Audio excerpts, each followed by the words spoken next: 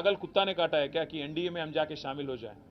आज पूरे के पूरे पार्टी आपको एनडीए को छोड़ के बाहर जा रहे हैं। आपको अगर आप देखेंगे, शिवसेना छोड़ के गई आपको, जनता दल यू आपको छोड़ के गई है, तेलुगु देशम आपको छोड़ के गई है, शिरोमणि अकाली दल आपको छोड़ के गई है।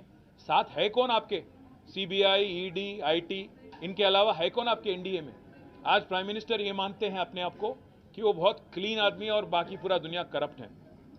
प्राइम मिनिस्टर को मैं याद दिलाना चाहता हूं, क्या हो गया हिमंत बिस्वा शर्मा पे जो केस था, आपके पार्टी में शामिल हो गए, केस गायब।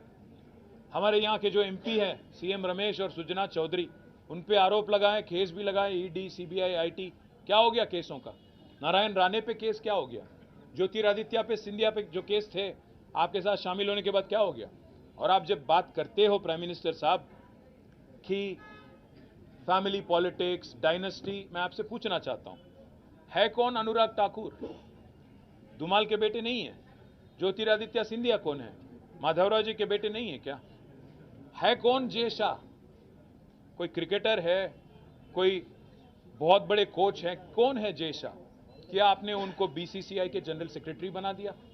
आप जब बात करते हो प्रधानमंत्री जी, सोच के संभल के करना, क्योंकि केसीआर फाइटर है, वो चीटर के साथ काम नहीं करते। केसीआर जी कभी भी जिंदगी में आप जैसे लीडरों के साथ, आप जैसे पार्टियों के साथ कोई समझौता नहीं करेंगे। हम पूरे विश्वास के साथ ये कहते हैं, हम कोई दिल्ली के गुलाम नहीं है, हम गुजरात के गुलाम नहीं है, दिल्ली के गुलाम नहीं है। हम तेलंगाना जनता के आशीर्वाद से आज तेलंगाना में 2 बार चुने गए, डेमोक्रेटिकली इलेक्टेड गवर्नमेंट हमारी है। अगर आपको लगता है कि आपके डराने से, आपके चिल्लाने से, आपका गला फाड़ फाड़ के बोलने से लोग यहाँ पे बहक जाएंगे और एक बहकावे में आएंगे, तो आपकी नादानी है। और एक बात भी मैं कहता हूं, उन्होंने ये भी कहा कि हमारे चीफ मिनिस्टर ने उनके पास जाके परमिशन लिया कि मुझे चीफ मिनिस्टर बनाना था। मैं प्रधानमंत्री जी को याद दिलाना चाहता हूं, अगर हमारी पार्टी की कोई फैसला अगर लेना है तो हमारे पार्टी के विधायक लेंगे, हमारे पार्टी के पॉलिट ब्यूरो लेंगी। आपसे नो ऑब्जेक्शन सर्टिफिकेट लेने की क्या नौबत आ पड़ी है? हमें कोई फर्क नहीं पड़ता कि मोदी या बीजेपी क्या मानती है, क्या किसको देखना चाहती है। यहाँ पे तेलंगाना जनता आज केसीआर जी को तीसरी बार मुख्यमंत्री बनाने के लिए, चुनने के लिए तैयार है। आप कितना भी गला फाड़ लें, कितना कुछ भी बोल लें और कितने भी झूठ बोल लें, जितने भी सफेद झूठ आप बोलें, आप कुछ भी नहीं कर पाएंगे। और मैं आज चैलेंज करता हूं बीजेपी को, पिछली बार जो चुनाव हुए थे तेलंगाना में 2018 में, आपके 105 विधानसभा के कैंडिडेट की डिपॉजिट जब्त हो गई, जमानत जब्त हो गई थी।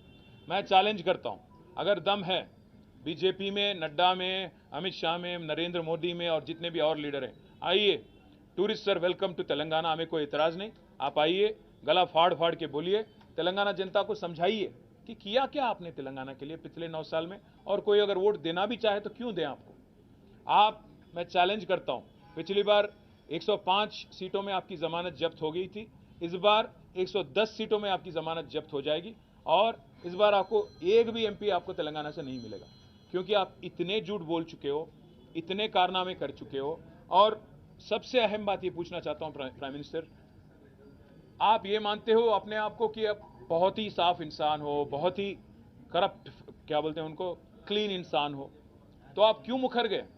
जेपीसी अदानी के मामले में जेपीसी से क्यों डरते हो? अदानी के मामले में एक बार भी प्रेस के आगे आके क्यों नहीं बोलते हो?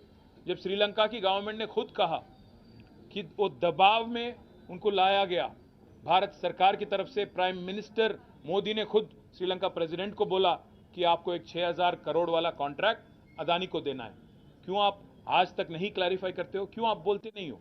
हर किसी को डरा के, धमका के जो काम चलाने की तरीका आपने सीखा है, मैं प्रधानमंत्री जी आपसे कहता हूं, ये तेलंगाना में ना चलेगी। आपकी जितने भी यहाँ पे साजिशें हैं, आपकी जितने भी यहाँ पे कोशिशें हैं, सारे के सारे नाकाम रहेंगे।